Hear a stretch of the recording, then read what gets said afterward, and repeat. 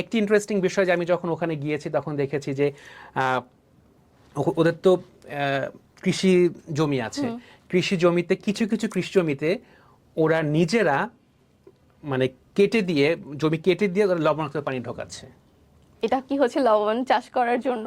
মানে লবণ চাষ করার জন্য অথবা চিংড়ি চাষ করার জন্য। আচ্ছা। ওটা কিন্তু আসলে উর্বর জমি ছিল, কিন্তু ওখানকার লোকজন বলছে যে ভাই আমার আশেপাশে হচ্ছিল সবগুলো লবণাক্ত পানি হয়ে গেছে, লবণাক্ত এরিয়া হয়ে গেছে, এখন আমি এই এলাকা এই আমার জমিতে মানে নিজে থেকে লবণাক্ত মানে সেটা প্রবাস জানেও না করছি। যে তার জমিটা কি উর্বর নাকি লবণাক্ত, সেটা সে এই বুঝতেছে না, কিন্তু ধারণাটা সেই তার কাছে নলেজটা নেই। কিন্তু তার হ্যাঁ। কাছে নাই।